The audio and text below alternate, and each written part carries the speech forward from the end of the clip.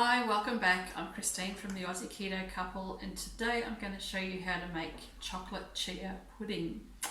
So when I was younger, I used to love having my hot chocolate custard, and I've really missed that in the three years or so that we've been doing keto.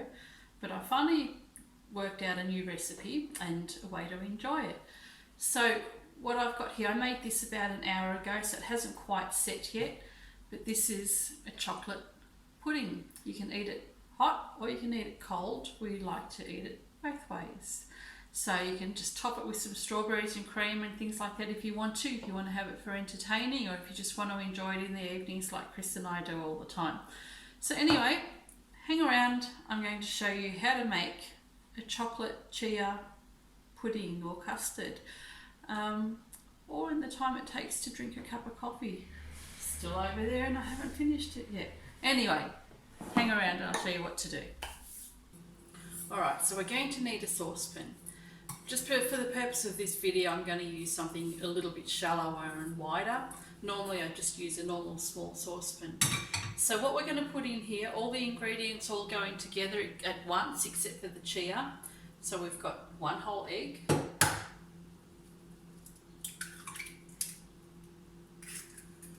and in here I've got half a cup of water. Now I need some cream. So I've got some cream here and half a cup of water. We want to have the same amount of both. You can make it a little bit more creamy if you like. I actually prefer it more creamy, but half a cup of cream,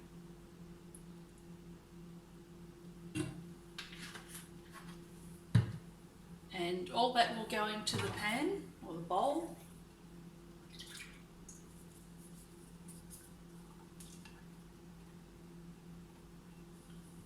And we need 3 or 4 tablespoons of sweetener.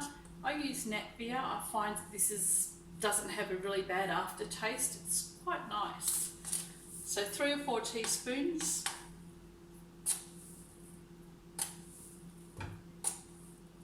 If you like things sweeter, you can always go for a bit more. And then we want 2 teaspoons of cocoa. The one I use is the Plaistow cocoa. So just 2 heaped teaspoons. And I think that's all I need for now. So we've got the chia that needs to go in shortly, and in the blog recipe I've written down ground chia. So I'm not sure if you can actually buy chia that's been ground, but this is just your normal white chia seeds, and these are little black chia seeds. What I do is I've got a coffee grinder. I don't think I've ever even used it for grinding coffee, but I've just put a few teaspoons or tablespoons of chia into the coffee grinder or any other thing that you might have that grinds seeds, and just turned it into a fine powder. Okay, I do this for this chocolate pudding because I don't want to have lumpy fish eggy things in my pudding. I just want it nice and smooth. So what I'll do now is, before I turn the stove on, I'll just mix all these ingredients together. It's easier if you use a whisk. So it's quite powdery and messy and now on the floor. So if you just want to mix this all together before we turn on the stove, because we don't want to start cooking it all up before it's mixed. And just remember to wipe down the sides so you don't have chocolate powder all the way on the side.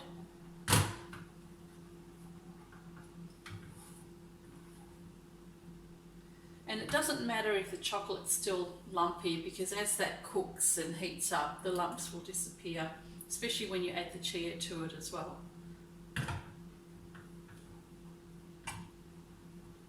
I'm a little bit too lazy to blend everything together first in another bowl, because it means I've got to do some more washing. So I just tend to put everything into the one pot, mix it all together, and there's less to wash up for Chris.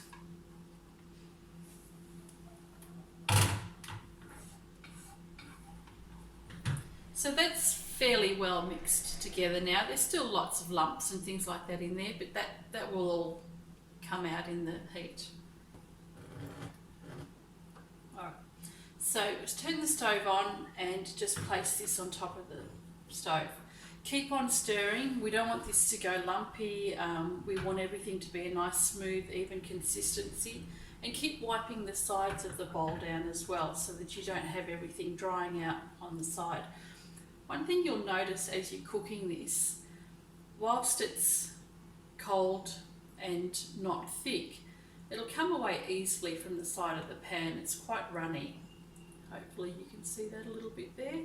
As it starts to thicken, you'll notice that it starts to thicken because it'll stick to the side of the pan. Keep on whisking it because we want to get rid of all those chocolate lumps. And we also don't want to burn the base. Now we don't want this bubbling over either. So all I'm going to do is continue to stir this for the next few minutes. When it's warm, I'll add the chia.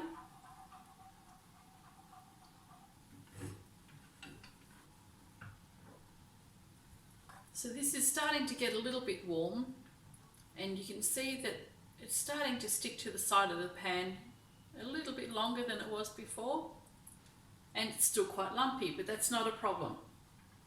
It's not actually lumpy, it's just little clumps of chocolate or cocoa mixed together.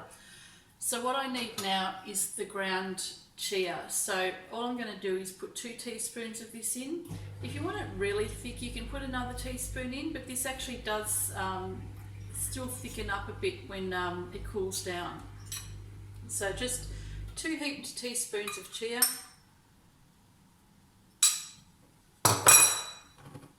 Keep on mixing that, and adding the chia now is actually going to help reduce some of those cocoa lumps too.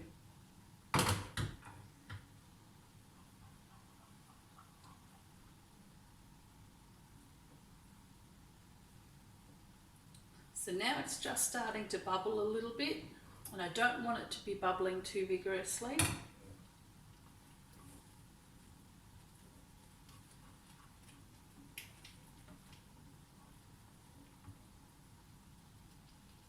And that's it. Turn off the stove, and I'm going to just set this aside for a few minutes, let it cool down a little bit before I put it into some bowls. But I'm going to continue stirring it while I do that as well. So just a few minutes just to get a little bit of the heat out of it. I usually like to sit it on a cold sink just to let it stir up there and put it in some bowls. So I've allowed the pudding to cool down a bit. It's been probably about 5 minutes or so, and I've just kept on whisking it while it was cooling down. So you can see it's got quite thick as well. All I have to do now is put it into a couple of bowls, which I have right here.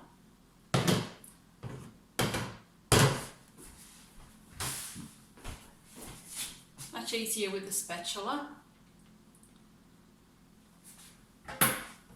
So just wipe the sides down.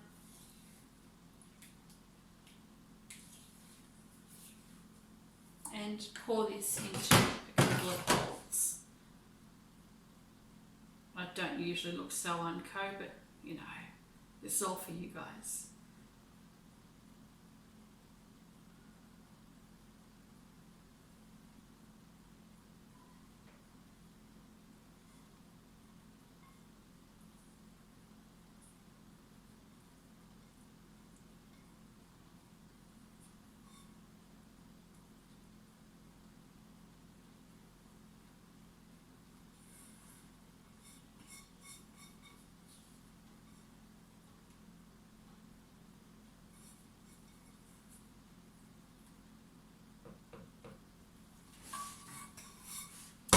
And there we have it.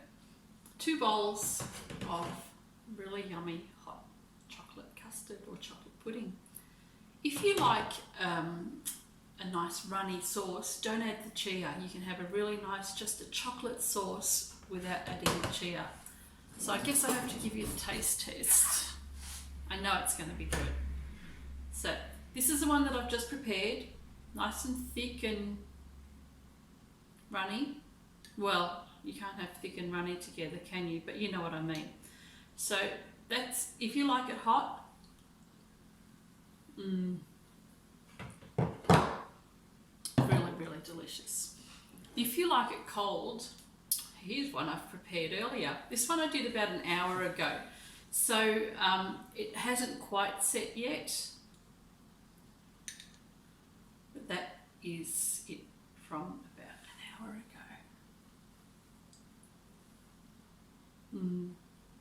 Really good. So I like it both ways. Anyway, hope you enjoy this video. Hit subscribe if you want to see some more yummy treats from me, and enjoy.